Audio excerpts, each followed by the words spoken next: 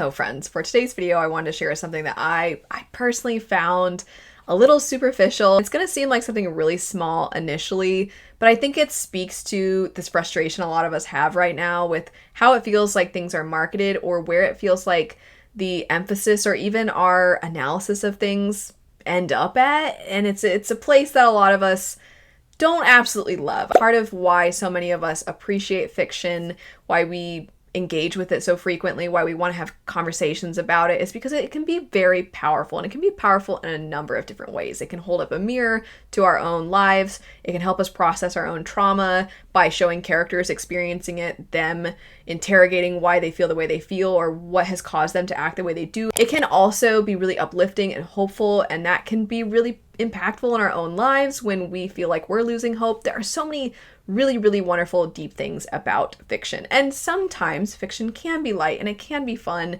and that's valuable too. I never want to imply that the only things that are worth discussing or the only things that have meaning are the ones that tap into some of the more serious topics, because sometimes we need something to uplift us so that we can continuously show up for other people in our lives, for ourselves, for our communities. We are able to kind of refuel so that we can fight the fight, if you will. Not that everything always has to be that serious, but I think you understand where I'm getting with all this. Sometimes it's just you need something to brighten your day because work was hard. It doesn't always have to be something so serious. But regardless, the point is that fiction can be incredibly, incredibly valuable. However, I think something a lot of us have been irritated by is it seems as though things get reduced to such shallow places. I want to get into all of this by sharing a post that was from November of last year. I saw this post when it showed up. The day it went up, I saw it and I was like, I think that's kind of dumb. I shared it with a friend and I was like, am I alone in thinking this is kind of dumb? And my friend's like, I think it's dumb too. And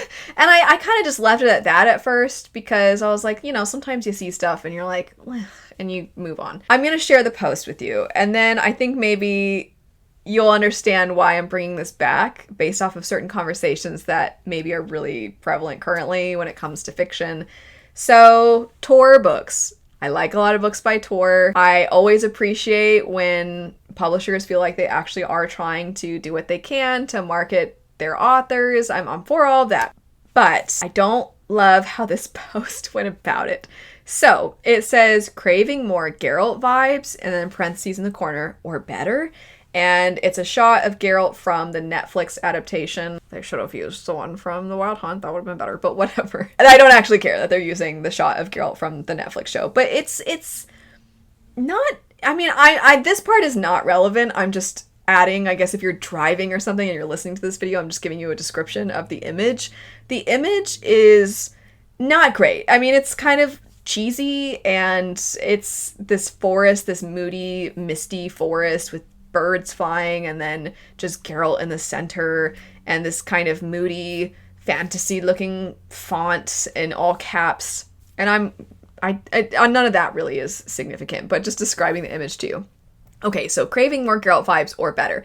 Okay, I love Witcher. I love, if you like this, try that recommendations. I even love when you get down to specific characters. If you like this character, check out this book. Even if the plots are different, the worlds are different, the genres are different. Sometimes some of us genuinely love a like this, try that based off of something hyper specific. So I'm down for the premise of this. The reasons for their comparisons are the part that I'm like, why? The caption says, we have Geralt vibes too, twinkly emoji, and then the two swords with an X shape. Do with that info what you will. Books they have listed: Warbreaker by Brandon Sanderson, Kill the Beast, The Everlasting, You Swipe One More Time, The First Binding, Gideon the Ninth, and The Red Winter. The Red Winter, I believe, is coming out soon at the time that I'm filming this. Interestingly, this actually isn't interesting, but I'm just filling in that since seeing this post back in November, I actually have read The Everlasting. So I have read 3 of the 6 that they share. It doesn't really matter, because they share their reasons for having these recommendations are pretty much all the same. So under each of the books, they have their reason. So in Warbreaker, they have the character Vasher. Okay, see some similarities, but then when they elaborate, they put well-muscled swords master. Okay, so because Vasher is maybe hot, that's it? If you like muscles, maybe you hate muscles and you're like, because Vasher is gross? The implication is like, Geralt's hot. Vasher's probably hot too. And then the character from Kill the Beast, parentheses, their reason for recommending it, muscles, sword, and monster hunting. Just sword? I'm a second guessing it because I'm like, do I need my eyes checked? But that's it. It says muscles, comma, sword, comma, and monster hunting. Okay, I'm down for monster hunting. I'm down with giving recommendations of if you were looking for more Monster Hunter style fantasy books, like you get in Witcher. Here are some recommendations. Sword. I know that we're not fans of the trope marketing, but at least that's kind of being like, here's a narrative device, or here's something that's parallel between these two. But sword? You can't. I mean, you can legally. You can say sword as a comparison between the two, but sword, muscle, monster hunting. Just say monster hunting. I would have preferred just monster hunting. Muscles, sword. Come on, a little more than that. For the Everlasting, for Sir Una Everlasting, Una, it's one of the characters in the story. Buff lady knight with a sword. So if they're like Vasher, muscles. Lysa, I don't actually know how to say that character's name. Muscles. Everlasting, lady with muscles. Thanks for that. That's super great analysis as to why someone might like both. Now, I happen to have liked the Everlasting, and I'm a big Witcher fan, so I do like both of those. Do I think they're similar just because they have a muscular person? No. Okay. The next slide, the 3 books, the first binding, Getting the Ninth, and the Red Winter. Okay. The first binding. Which, by the way, if that's like anything, I haven't even read it, but I know it's like Name of the Wind. I would say that most people would point to that over Witcher, but I haven't read it for sure, so maybe there's parallels. The reason that Tor Books recommends the first binding for if you like Geralt or Geralt vibes is because there's a magic wielder with plot twist. By the way, I'm not saying plot twist. They have that in their caption. Plot twist. A cape.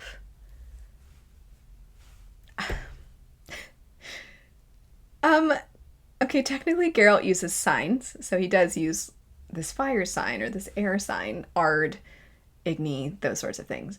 I wouldn't call him a magic wielder if I'm being extra picky here.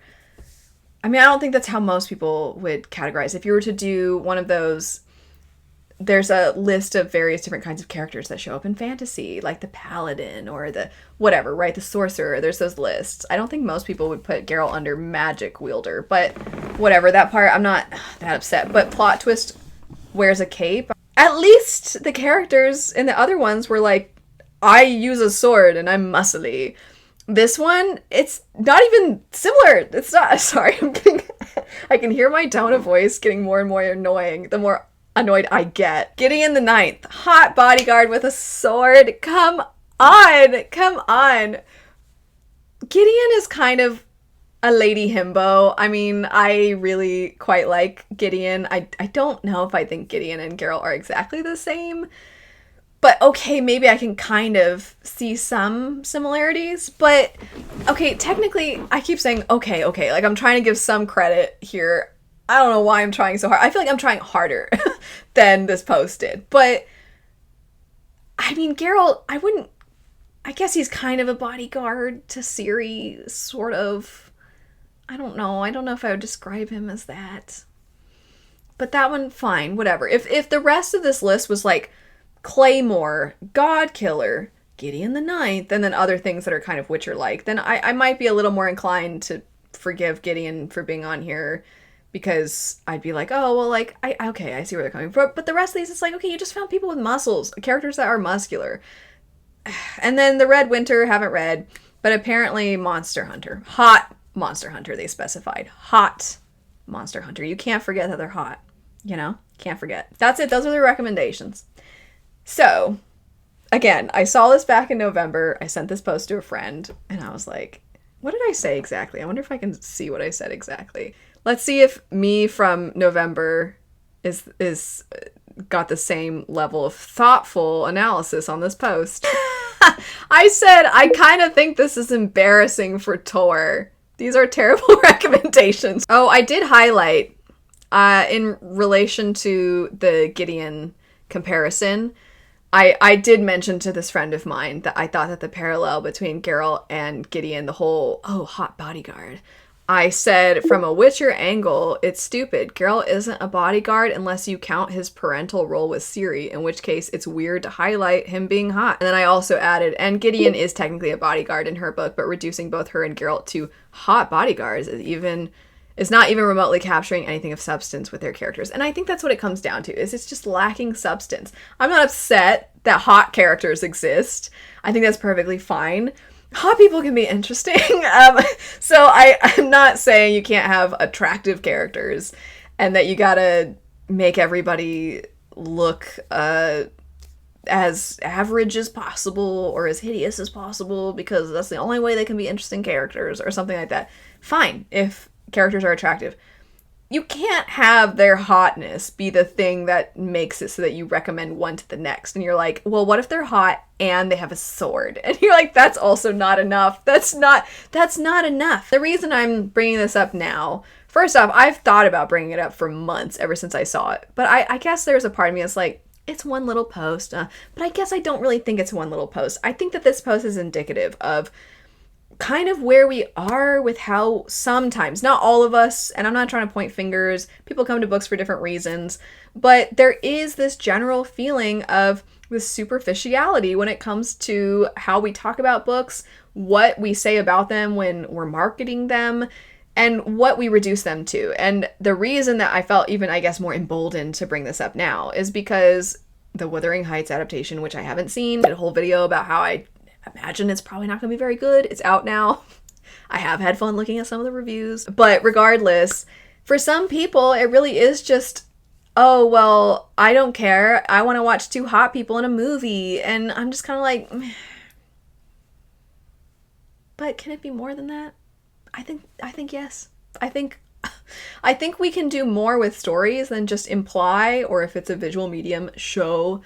Of course, beauty is subjective, but there's conventional beauty standards that certain actors fulfill. So we can do more than just imply or show attractiveness. We can do more than that because stories are more than that. And sometimes I feel like literally right now, I might as well be shouting into the void because at this very moment, I'm just talking to my phone camera.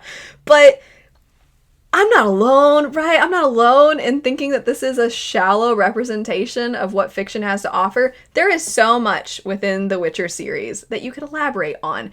I don't even care if you don't want to get super in the weeds about this story explores all of these really significant themes, just like Witcher did. I'm not even asking you to necessarily do that. You gotta give me a little bit more than just muscles and swords. And also, did you read Witcher? Or did you just watch the Netflix show? Because I know you used imagery from the Netflix show, but I don't want to assume you only watched the show. By the way, I don't even think the show is very good, but not that that's that relevant. I guess I just have to say that when I bring up Witcher. But if you actually read the story, there's some pretty significant things in there. Speaking of actually getting in the weeds and talking about themes, there's the whole thing with the elves in the story, which I know that elves are revisited frequently in fantasy stories. But the elves in this story, a lot of them are resistance. They're part of a resistance group. And they're resisting because of the way that they were violently treated. And now their resistance is pointed to as proving that they are violent and a justification to actually put more violence on them. And that is something that you could very easily extract and apply to so many real world things. And there are passages where an elf and Geralt are having this debate, basically, or at least they're just kind of having a philosophical conversation about the state of things and where they're coming from. And that's really powerful. That's really meaningful. You also have the found family and you have complex character relationships. There's so much more to it than that. But yes, you could just be like, here are some Monster Hunter books. And I'd be okay with that because sometimes you would hope that if there's a Monster Hunter component to a story that whoever the monster hunter is, you expect like, oh, I'm probably going to get more than just them killing monsters. So it's probably going to be more to the story than that. And a lot of times Monster Hunter stories, there is an underlying, which is true of Witcher. It's kind of like when you talk about revenge stories, there's oftentimes the like, oh, are they actually becoming a monster in their pursuit of revenge? There's a similar thing that shows up a lot of times in monster hunting stories. Sorry to keep using the word monster, but that thing that is recurring oftentimes is, are the actual physical monsters more humane than man, because mankind is actually the most monstrous of them all. That question comes up in a lot of Monster Hunter books, so there's kind of an implied, if you're recommending things based off of Monster Hunter vibes, there's probably going to be more depth than just, I have big sword and I have big muscles to help me wield big sword. Did you know I'm hot? I'm really hot. Sometimes I have magic. I'm hot. It's more than that. Let me know your thoughts on this. If you think that this, I recognize it was just one silly post. Tor puts out a lot of great books. Maybe somebody was like, hey, random intern, I need you to make a Witcher themed post. I don't know. It missed the mark for me. I don't think I saw that and I was like, now I will read this other book because they have given me such good reasons to. I mean, that didn't work for me personally. But as they stated in their caption, do with the information what you will. Thanks so much for watching though. I hope you have a great rest of your day and I will see you later. Bye.